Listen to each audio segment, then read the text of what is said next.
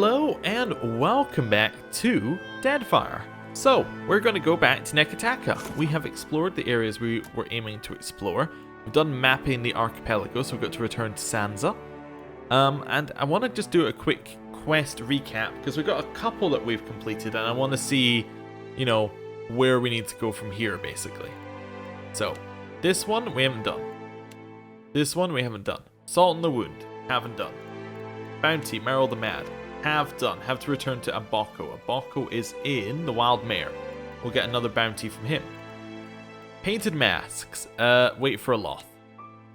This, search the Hanging Sepulchres for Isir's Eulogy. Okay, haven't done that. Haven't unlocked Archimir's Vault. Haven't looked for this person in Asango. We have not gone to Dunage. Hornet's Call, we can probably do that when we go back to Nekataka.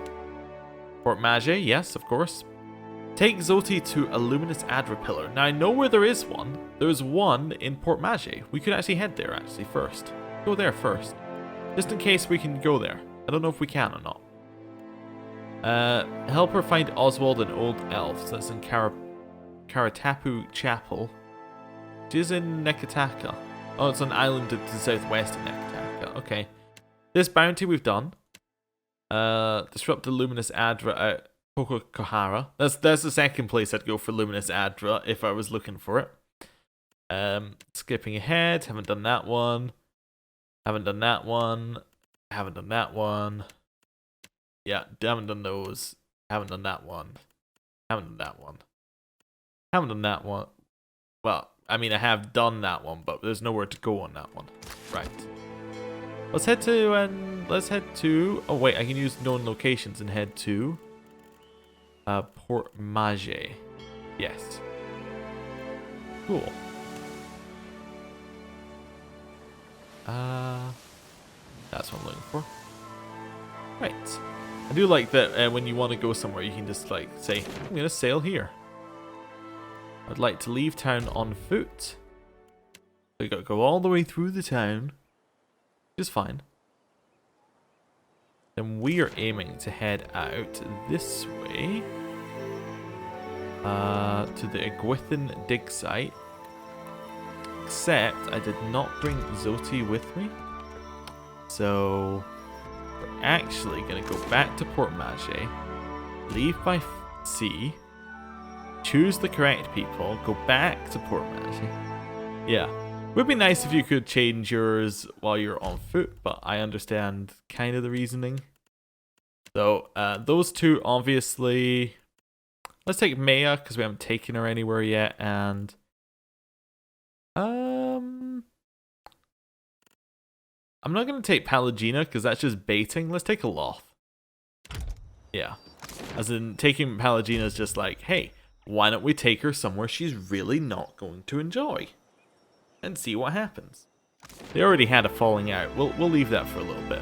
I don't know what the consequences are if they really fall out, but we'll see. We'll see. Maybe we'll get a Pokemon style. They're not listening to you in combat. Like if you try and get them to help each other or something. I don't know. Maybe there are like combat things. I imagine it's all like dialogue based. Oh, okay. There are workers here. Interesting. Also is here. It's all back up again by the looks of it. Luminous Adra pool. Can I head down here then? I can't remember whether the Luminous Adra pool is where the Luminous Adra pillar was. No, I think it's just a pool of Luminous Adra actually. Yeah, I think it was in the main area. We'll head down this way. Okay, so... It was arena sub-level, I think. Yeah. Because we definitely saw a Luminous Adra pillar in here. I can't remember if it's still luminous or whether we've had any issues with that. Yeah, it's over there. In fact, it's called Luminous Adra pillar, which gives me a lot more confidence in what we're about to do. A lot more confidence. Right. So head all the way through here. We will tell her, release your souls here. We're not giving them to the animancers and you're not keeping them. quick save. Okay. On you go, Zoti. This Luminous Adra ought to be able to take my soul's watcher. What do you say? Let's try it. The gleaming pillar of Luminous Adra towers above you as Zoti stomps confidently towards its base, a grin ripping wide over her face. Get ready to witness the feat of a lifetime, Watcher. I'm about to do God's good work, to single-handedly shepherd a multitude of souls straight into the depths of hell. Aloth is giving a very pained look. Why is that? That's because... Oh, she is far too prideful. She rubs her hands together, rubs her palms against her hips, and snatches up her lantern. Eager, ready, she wriggles her shoulders and pops her neck, stance subtly widening. Be careful, please. Blushing prettily, she glances over her shoulder just long enough to blow you a sloppy, wet-looking kiss. Long as you're watching my back, I'll be fine. As she exhales those last words, she presses one palm flat to the cold expanse of gem-like growth, fingers trembling, and like a firework going off, the light from her lantern flares blindingly bright. Electricity. No, hypercharged soul energy whips across the air, lashing open Zoti's skin, traveling the pathway of 1,000 branching veins and capillaries. The strike burns Zoti bloody from face to neck to arms and lower. She screams, her voice a secondary crack across the sky. Release the souls. I swear to the gods, I'm trying! The words rattle from between clenched teeth, ripped from her convulsing body, but she doesn't let go of the Adra that's searing her pain. The lantern trembles so violently it nearly cracks, but then a massive wave of purple energy rushes from the lantern. It swirls up and around the Adra, rushing along the glimmering surface before being sucked inside. The Adra pulses, brighter, then darker, then even brighter, blinding. There's a howling, and then the Adra cracks and the jagged shard tumbles to the ground. Ugh! Son of a god's darn motherless cur! That hurt worse than a back-to-back whooping from Uncle Angbert's quarterstaff. Hell! And I only gotta do it again and again on cycle until the day I die? You don't have to do anything you don't want to. Ugh, but the guild says I do. I can't turn my back on my purpose any more than I could Aora in need. I never did want to take the easy route. He nods. I'll keep reaping more souls then. Do my duty till I fall to dirt and bones. Never you worry though. I'll see to dumping my lantern in the future on my own. Thank you for finding me a way to handle my burden, even if it does involve the occasional jolt of pain. Chest heaving, Zoti scrabbles for the Adra shard embedded in the ground. The crystal slick with blood from her palm, she shoves it into her pocket. Then she shakes her head. We got the Adra mantle.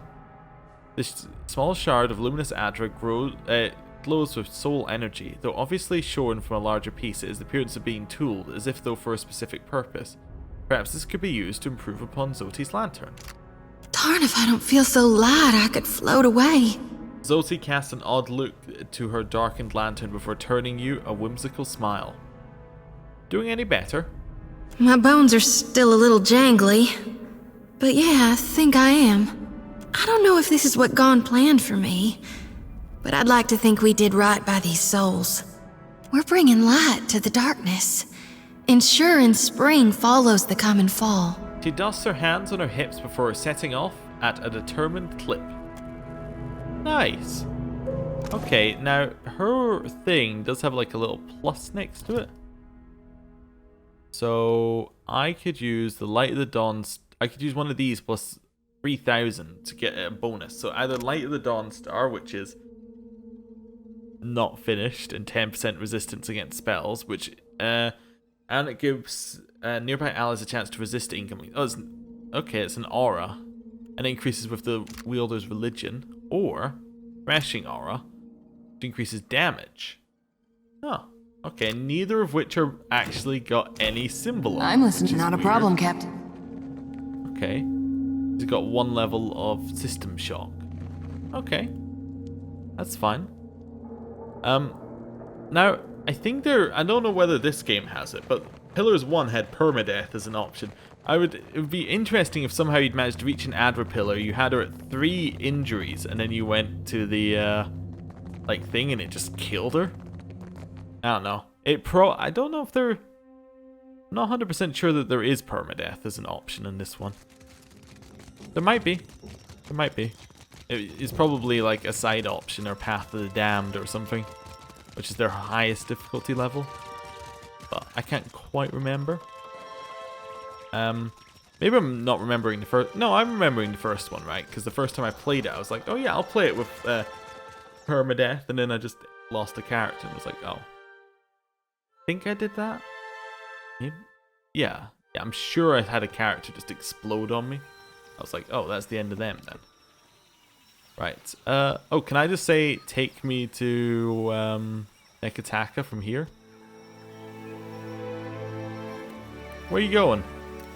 I'm intrigued. Take me to Nekataka.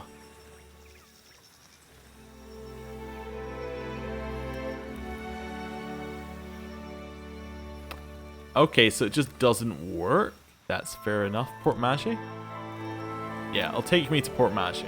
That's fine. I was worried it was, like, I was thinking, like, maybe there was a way to get off the island quicker or something. I was also worried it was going to just try and take me in, like, a direct route to Port Mache. It just doesn't work for that. That's fine. We will... Do we need to resupply? Probably not. We'll leave by sea. That's fine. Then we can head up to Nekataka. See what's going on there. Also, is that the end of Zoti's quest? Or is that just, like, the most recent part of Zoti's quest? That's the end of Zoti's quest. Okay. I doubt... I've got, like, a serious doubt going on that that's the end of her quest. Or, like, the end of her, quest line. I think there might be multiple quests per companion in this one. That'd be my guess, anyway. What's this route that we're taking? I mean, that makes sense, yeah, I suppose. Yeah, looking at it. Plus, we've also only seen one side of Nekataka as well. Oh, right, we're taking this path because we unlocked it, I think. Oh, wait, which route are we taking? Because we're heading through an area we haven't been through. I am going to turn back because, you know, there's an area we haven't explored.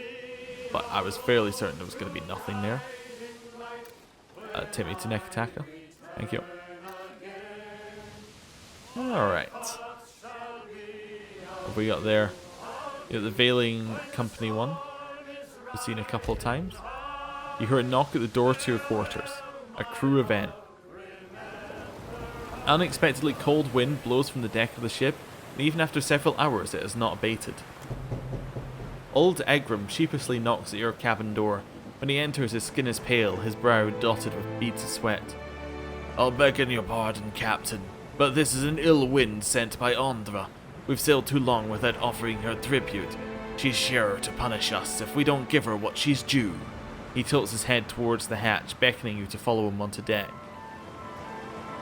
I can chuck some stuff overboard, or I can use my explorer stuff. Alright, yep. This wind is a natural phenomenon. We have nothing to worry about. It's not the gods. You explain at length how ocean winds can shift over time and in certain places seem unnaturally cold or warm for extended periods of time. Old Engram protests but has no educated arguments to make against you. In the end, the sailor acknowledges that you're his captain and must know best in a thin voice that suggests otherwise. By the following day, the cold wind has lifted. The crew appears satisfied, but there's lingering worry that Andra has been slighted. Well, she has, but, you know, that's fine. I'm not worried about it. We want to go to the Wild Mare first. That's the one I remember, so let's go there first. And in this bounty. I think this was to the bounty hunter who was very surprised that anybody was going to take his bounties, if I remember right. I think he was in here. I think it was this guy. Aboko? Hello? Ado, my hunter! To what do I owe this delight? She joins the goddess of death and the beyond. My first bounty to pay off. An exciting day for us both. Aboko passes you a small pouch of coins. Maybe it's not much, but as I make more deals, more pyres will be available, Ak? What bounties do you have available? Ah, I finally managed to land the rights to a bounty of value.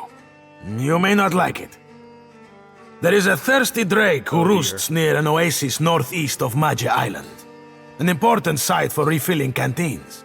The local tribes call him Purakeo, after a sea dragon of legend.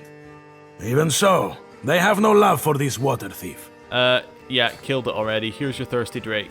To think that such a magnificent creature could also be a water-hoarding pest. Dragons are a complicated bunch. He hefts the head and looks deeply into its eyes before passing you payment. Is the next one a troll by any chance? Agrasima, my friend. You will let me know if you are interested in more work, Ak? Alright, what bounty you have next?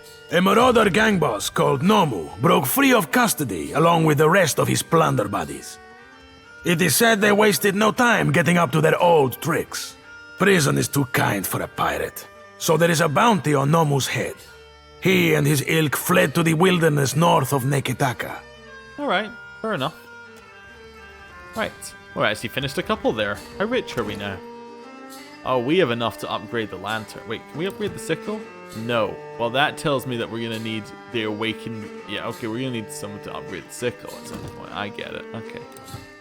Lantern, we can only do Light of the Dawn Star? Why can we not do Threshing Aura?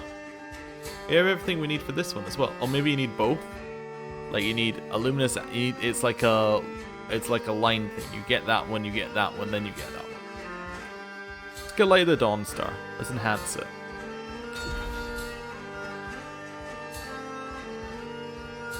Alright. We can also make it fine if we want to. I'm okay with that right now though. Without the extra +1. Especially as we're a little bit lower on money now. That's fine. Oh, where are we going next? Very important question. So now we finished another bounty that we didn't even have before we arrived here. Next one is...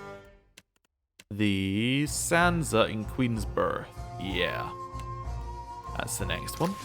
Let's head out to that one. Especially as we're in Queensborough. That seems like a very sensible one to go to. And then we can find out where he wants us to explore next. Okay. Now he is at the Navigator Map Emporium, yeah. Let's head up this way. Okay. Right up to the Map Emporium. Hopefully we get some money from him as well. That'd be nice. Right. Hello. Welcome back, welcome back. It is a pleasure to see you once again. Tell me, how is the sailing? Smooth? Nothing to delay your expedition, I hope. How might I assist you? I've got some material for your book. Ah, how exciting! Let's see here. Goodness, that's not what I was expecting. And so close to Porto Mage. You've done wonderfully. This book will be the best thing since Cassini's adventures, and that was all romantic rubbish. Here, your pay, my friend. We're only getting started, of course. There's more to see. That's good pay. Tikawara next, I think. How does that strike you? It's a little Huana village out to the southeast. 3 islands this time, all nameless and unloved. They form a little triangle around Tikawara, if you squint. I'll be waiting. Okay. I think we might use this guy to structure how we do, oh, and Zoti wants to talk. But we might use this guy to structure how we do a lot of our exploring. So we'll go to where he goes, we'll do the bounties around that, and then we'll head back. And there's like a quest we have in Tikawara already, so that works out. Okay. Anyway, Zoti, hello. Watcher! Zoti claps her hands together excitedly. Forgoing nibbling on her bottom lip, she beams you a sunny grin. Guess what? Now go on and guess, really. You've had another dream. Not a god's darned one. And ain't that just it? Her eyes gleam with a shining triumph. I feel so fine. Like I swallowed a star and now I got light bursting from my chest. Can you see it in me? This happiness? It's all on account of you, Watcher. That's great, Zoti. Everything's different now. She nods. The world looks so dang bright, doesn't it? even at night. She tips her face up, staring straight into the blazing sun. The lack of nightfall apparently isn't enough of a deterrent to jar her from her thoughts. The sky goes all glittery with stars. Must be what the gods see when new souls are born. As Zoti saunters off, she sighs with contentment. Ooh, that I'm a little worried for her, actually. I'm a little worried. Also, 16% resistance, so that's pretty good. So she gets 1% per religion level. But she's a little too happy. She can't see the darkness. I think she's getting blinded by the light. Yeah. Alright. Well, I mean, I kind of feel we should just put another one in mechanics, but also sleight of hand, I guess. Okay. Then here, we're, I like our diplomacy. I think 7's fine for just now. Streetwise is our next one. Okay. Here, ooh, did we unlock? We unlocked a new level this one. So we got confusion, so we can infect minds of enemies with confused. Okay. You get deep wounds. Expertise in the art of pain leads all slash, pierce, and crush damage to also do raw damage over time. So it does 20% extra damage as raw damage. That's pretty good. Small chance to completely avoid any attack and convert some hits into crits. Okay. Nice. And then we've got tough. Increases the maximum health you gain for each level. Okay. And then we got the upgrades to a lot of things. Smoke cloud. So, it leaves everyone in it distracted. Apart from the rogue. What's the max level of that? It does corrode damage as well. Okay, I like it in a way. The weakening the target one is also interesting. It does corrode damage over time. Does it gives them enfeebled after weakened. Okay. Now, finishing blow. This one, it increases damage with more health that the person is missing. So it can do up to 200% extra damage. That's nice. Or, oh wait, no, that's the first one. What's the devastating blow's second part? So it grants more bonus damage. So yeah, it does do what I said. It just, yeah, I didn't read it properly. And this one frightens people around as well. Okay. I think I like the devastating blow. I think I'm just going to take it. Actually, can I take multiple here?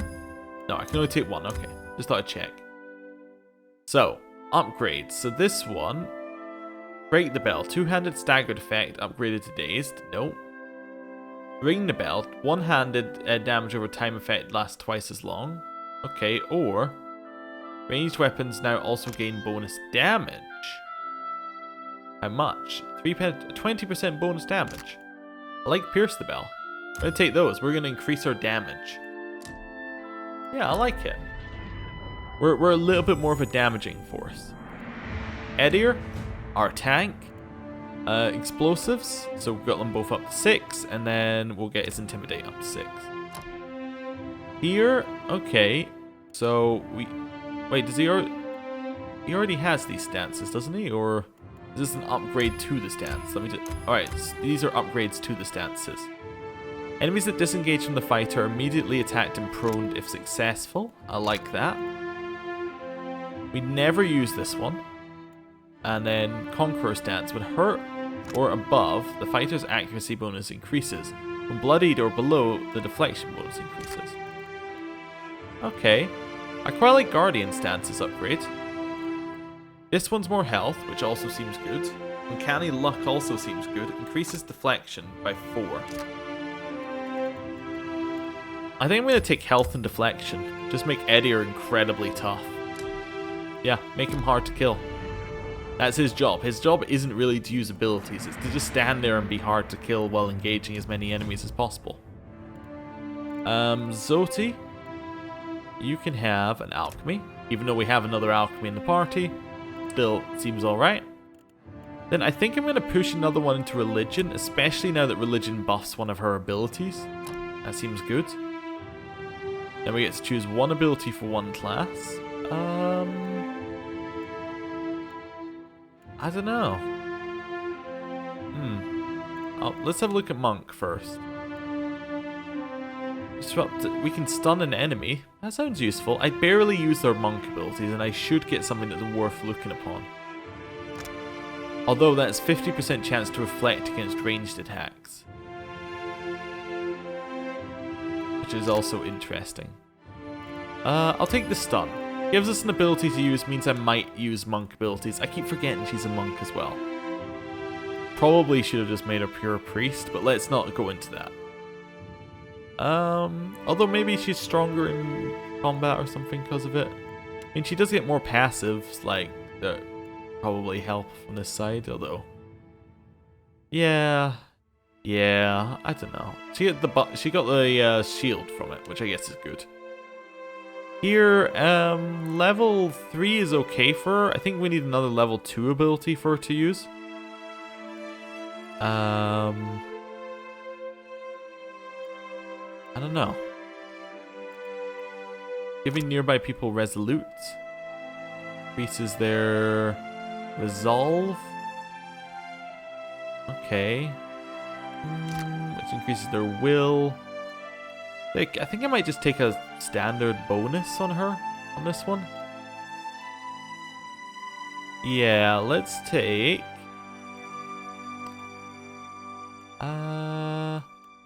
let's take concentration. She uses a spell usually at the start of combat. That makes sense. Right, and then Aloth.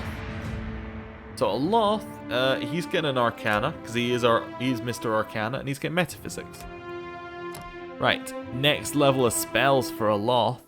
Brilliantly unlocks the ones in his... Oh, I can't level up Aloth yet, because I'm missing something very important. What's this one do? Oh, this brings it in closer. I think I did that previously as well. The reason I need to cancel is because I need to figure out what the next level of Aloth spells is. What? There's level 5 spells. So he gets called to slumber in form of the helpless beast already, so I don't want to take either of those, and that's a sleep and a polymorph. Okay. Just so I know what I'm getting into, basically. So we're going to go for Arcana, we're going to go for Metaphysics. Right. So, Archimere's Wondrous Torment drains the target's resolve, intellect, perception, and creates 2 lesser versions of the effect that jump to nearby enemies. Okay, it's a fairly major debuff. Torrent of Flame, he has got buff to flame stuff, which seems good. I don't think Tough is needed, Uncanny Luck isn't needed. Fast Casting? Far Casting, it's the 20% range. I actually quite like that one. And I also quite like Rapid Casting. Both of those sound good. We'll see what else we got. So this one is a terror and weaken. Target is hit with a struck affliction, becomes an anchor for frigid wave energy that does stuff to creatures in the path. Don't like it. Frost damage to anyone in a cone. Don't like the cone attacks in this one. Raw damage in a cloud is interesting, but it's not a lot of raw damage. But it is raw damage. Wall of Force. No. Sitzal's Spirit Lance. Deals pierce damage and foe only blast explode is a weapon. Okay, I don't want that. We have Sleep. Then Safeguard. When they're bloodied or lower, get bonus to all deflections, armor rating, and it does a pushback. Okay.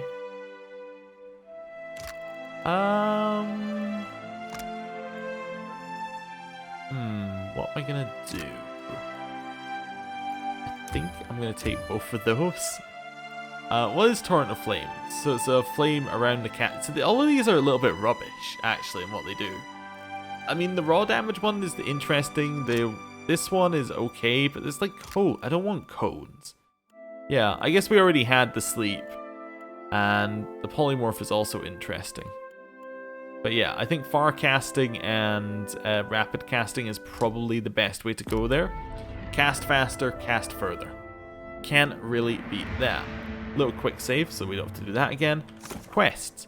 Let's work out what we're doing next. So Tikawara is a sword skull. Not doing that one.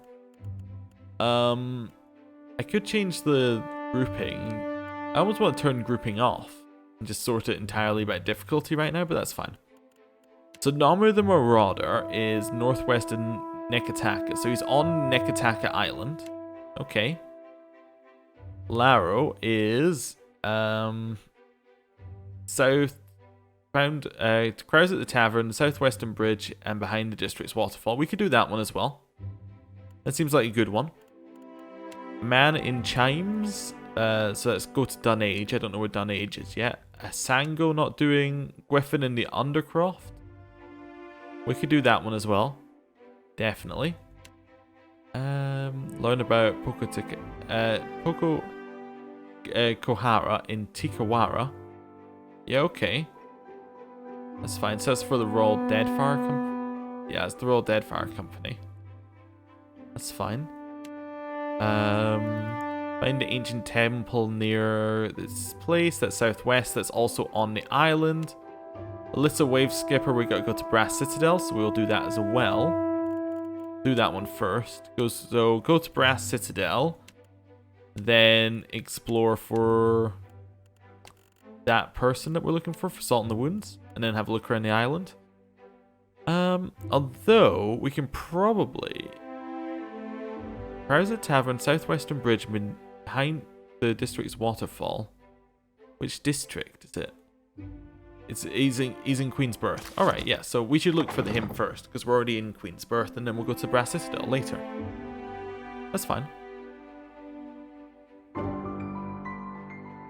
So, the district has a waterfall?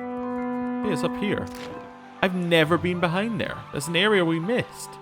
Oh, alright then. Well, it's good that went past.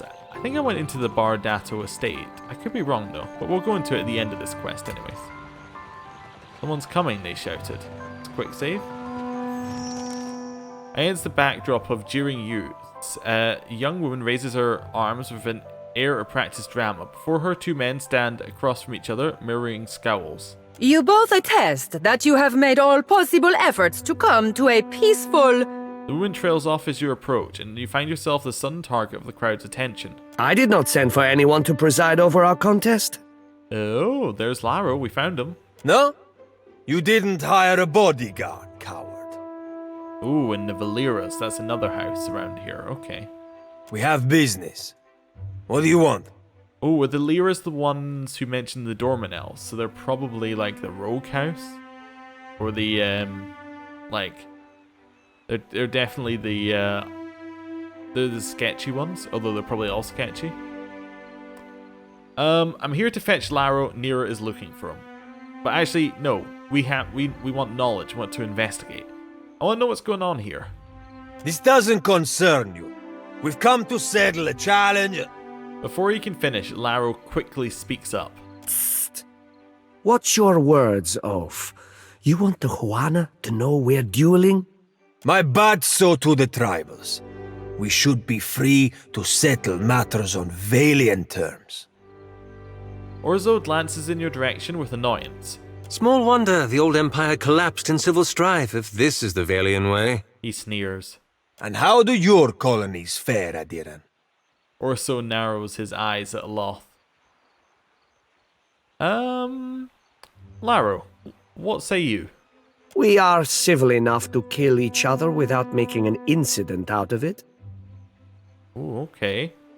I suppose you have a good reason for this duel. This street thug called my family a warren of corrupt inbreds. But is there a dung heap in all the world that does not have a little Valera cousin scratching through it? Laro opens his arms wide and smiles to the milling crowd. That wolf he calls mother would have us live out our days polishing Bardato silver. Orso spits at the ground between them. Okay. Is this slight worth one of your lives? Ak, this is but one chapter in a long anthology of Bardato arrogance. Arrogance? Per complaincanet, you should thank me for my patience. Does this have to be settled by death? Surely there are better alternatives. Now who's being naive? Maya folds her arms and smirks. Nothing less than the total disgrace of the Valeras would satisfy me. Then you will die unfulfilled. Orso shakes his head and huffs. Anyone can kill. Fighting to first blood would be enough to prove who's the better man. Definitely. The pair of duelists eye each other warily. I was the one who suggested fisticuffs, but you were eager to cut me open. To first blood, then. Shall we resume? Yeah, I think we made a good choice there. The duelists square off and tentatively circle each other. Stocky Orso moves with heavy strides while Laro takes precise, measured steps. Onlookers gather and press at the edge of the poorly defined arena. The jeering lowers to expectant mutters. The duelists' seconds bring forth their weapons. Okay. Let's try and find a better spot to observe the fight. Yeah, obviously we're doing it. You maneuver through the crowd with ease and find an an uninterrupted view of the escalating conflict, not an uninterrupted view, which is just, of course, nonsense. Once the swords are delivered to their respective bearers, the seconds back away in melancholy silence. The duelists cross their swords and bow in salute. The tranquil moment ends with a burst of motion. Despite their differences in size, the duelists seem evenly matched. Orso doesn't settle on an established form, but he keeps pace with Laro's aggressive strikes. Who's gonna watch? Orso and Laro trade fierce jabs, giving up any pretense of playing to the crowd. A hard downturn thrust sends Laro's blade clattering to the ground. Orso hovers over Laro, a grin slowly taking form. He raises his blade and points at his opponent's heart. This was supposed to be a fight to first blood, but mercy is the farthest thing from the minds of the combatants. Ooh, what's this we're using? A resolve. Do we have 4 resolve? I guess we do. Oh, and if we were a wizard, a paladin, or a priest, we could, I guess, use magic. No. We're gonna shout, stop! Orso's killing stab goes wildly askew, missing his opponent's heart, instead carving a long slice across Laro's cheek.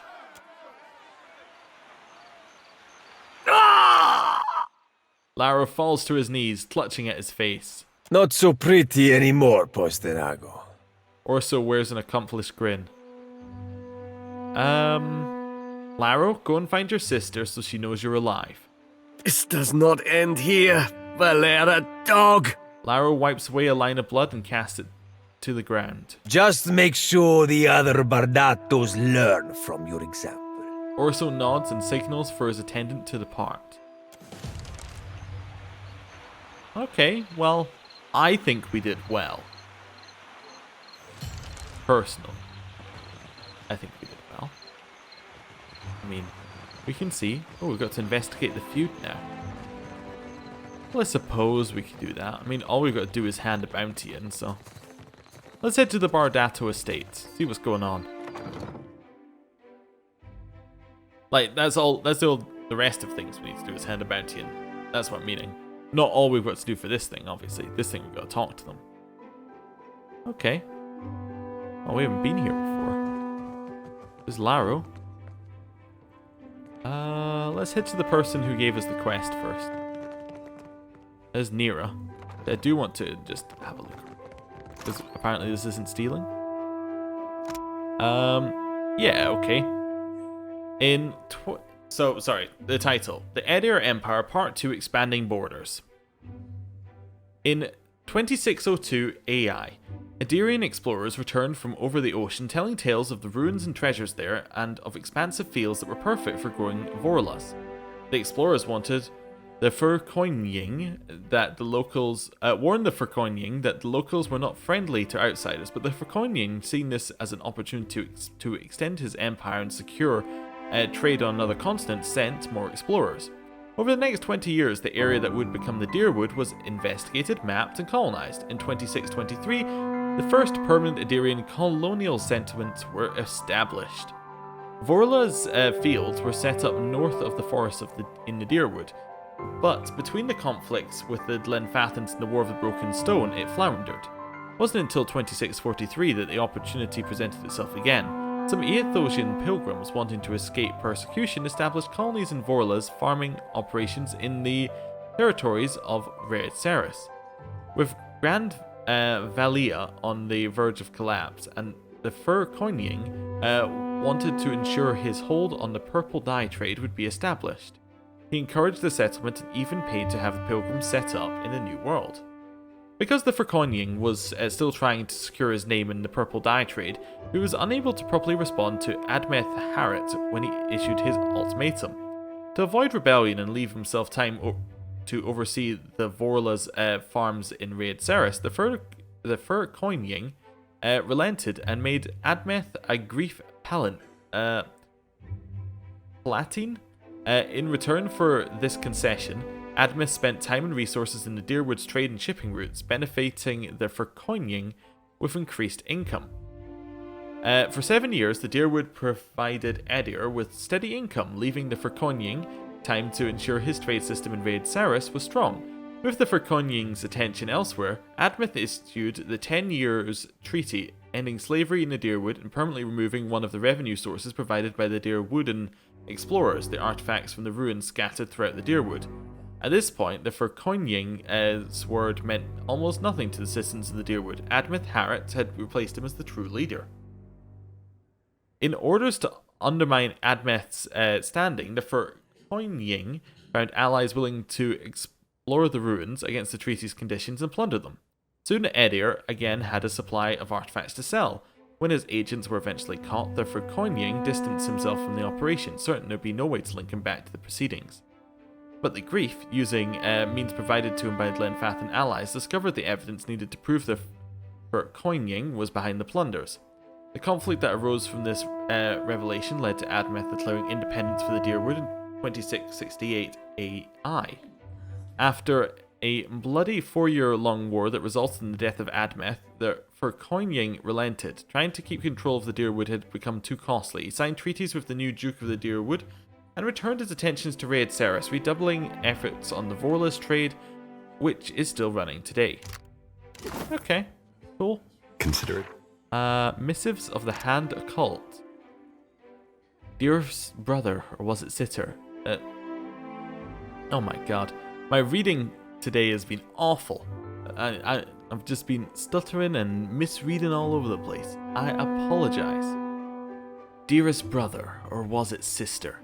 May this letter find you in well spirits. A man of thuggish bearing stormed into my library the other day and demanded I help him find a book on the construction of an arquebus. I thought it proper service to Whale to steer this man towards an illuminated manuscript on the subject of whittling toy soldiers and other miniature props.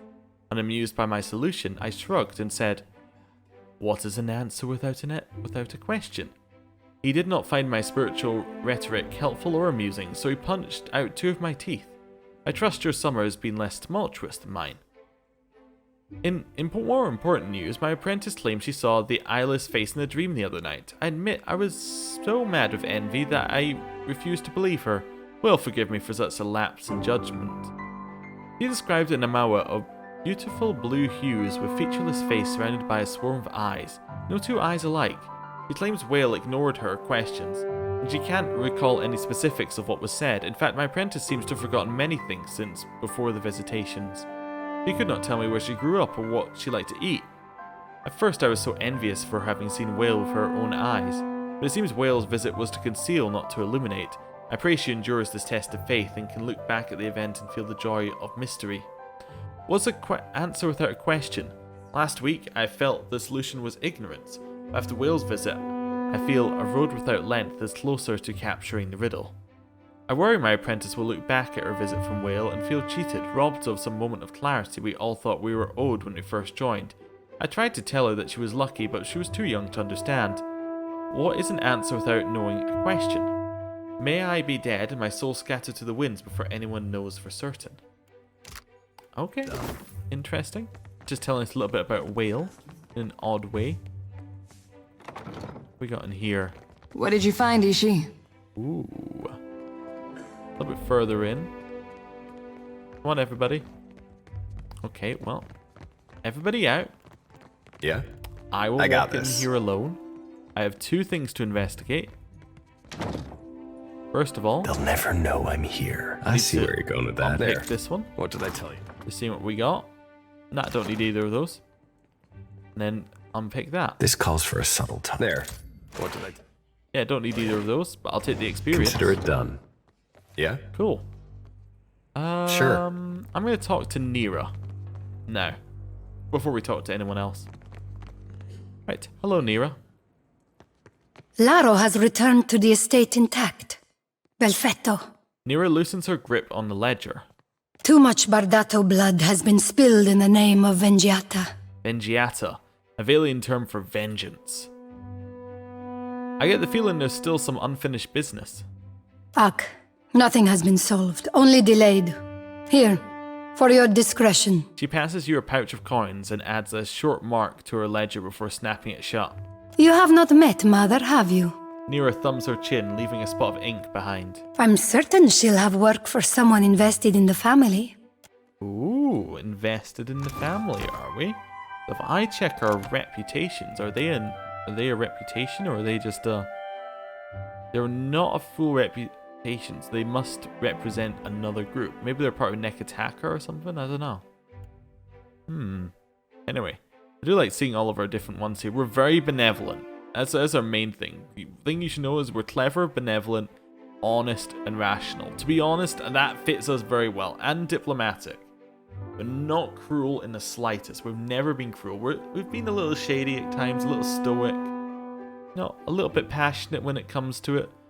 You know, okay, a little bit aggressive, but never cruel. I like it. I just want to do a little reputations thing. Aloth has not got a good reputation, but with the rest of them we're okay. Maya and Edir we haven't really done much with yet. Maya, no reputation, so I think we should bring her along a little bit more. Edir, still in the same situation he was in before, like Zoti, Aloth, and Seraphim. Zoti dislikes Palagina and Takehu. And Aloth, like Zoti, but really dislikes Takehu and dislikes Seraphim. Okay, I should bring along some different people sometime as well. Okay. Think about what we want to do. I want to go to the Brass Citadel right now. Let's do that. I also wanted to sort out this family thing, but just looking at time on the episode, I think if we head to the Brass Citadel, sort out our party, and then we can talk to all these people next time, and depending on how long that takes, we can perhaps leave Nekataka and go and have a look around. Okay, so I'm thinking who I want to bring along. I want to bring along Maya and Edir, because they have no opinions of, like, we have no opinions of them. I actually don't know if I can drop off this quest where I think I can drop it off. Not drop off, switch the party where I think I can switch. I think I might have to head back to the Wild Mare, but that's fine. Where was I? Yeah. So I'm bringing on Maya and Edir, because we need some more opinions going there. I think Seraphim has to come along, to Kehu, because it's a internal kind of matter around here, and then we're at 5. Yeah, okay. Seems fair. Was the guy we were looking for just outside? I think he was along here. Maybe? Where was the bounty? What's the guy's name? For the bounty, for Fleet Master Wakyoko. Doesn't say where he is. If I do this, can I see? Oh, out of the house. Oh, he's in the Fleet Master's office, of course. That makes sense. Right, hand that in. Then we'll see if the gunner wants to join us as well. He probably won't, but be very careful. Right, hello. My favorite privateer. Clear skies. You don't have to worry about Alyssa, Wave Skipper anymore. Pirates are adept at scattering when threatened. But this makes planting your boot on the neck of a straggler all the sweeter. Wakyoho counts out a bag of coins, presents it with one arm crossed over his chest. I would keep my privateer busy. You will speak to me when you are ready for work, yes? Yes. Your target is Radolf, a Valian captain and seeker of lost ruins. There is no wicked length he would not go to plunder the dignity of these isles. Wakoyo's Fists tighten. I'll take the bounty. My confidence swells to hear of this, Captain. Radolf commands the Galleon Gold Bell and seeks for ruins east of Nekataka, on the southwestern tip of the Kua Orakuhu island chain. Okay. Well, good to know. We'll just be heading out here. Yeah. So that one's I ship out with some soft-handed. Ishi, how much of the captain's hardtack have you eaten? You're gonna make yourself sick again, foolish bird. I forgot about the gunner. My hands are feeling. Push up and down considering your offer. Don't take this the wrong. Let's talk. She said no again. That's fine. That is actually an attack against the Valian captain. That's an interesting bounty to get, because I'm not sure if we want to do it. I mean, we probably will do it, but I'm just thinking, like, we probably want to do, like, a Valian bounty in between. Do we have Valian bounties? I assume that we do. I should probably check that, because we want to kind of stay even with everyone.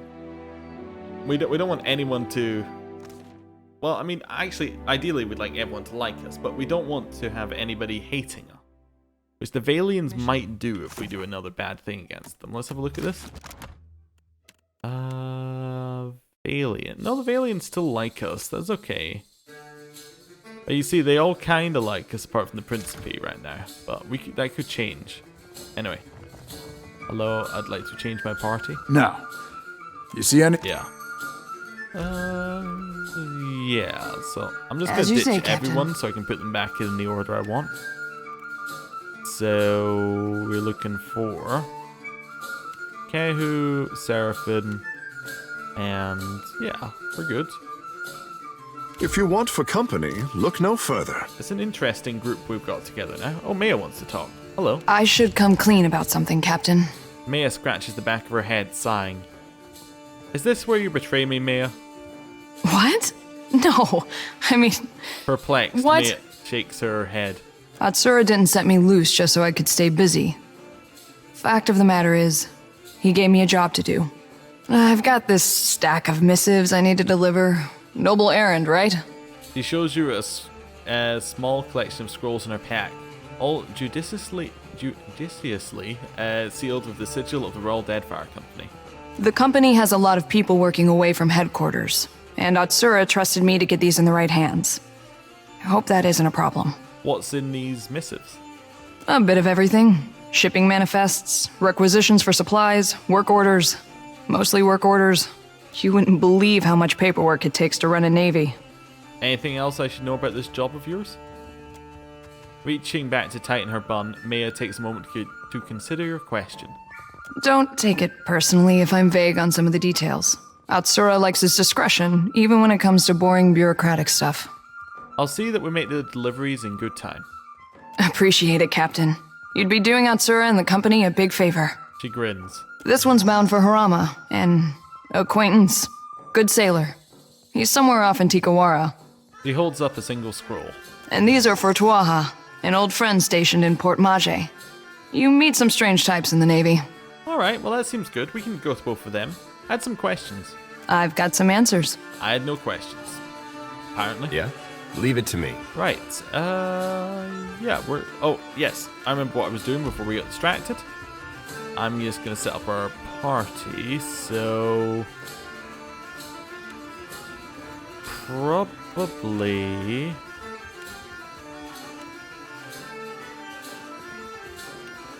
something like that? Weirdly. Yeah, be right there. Yeah.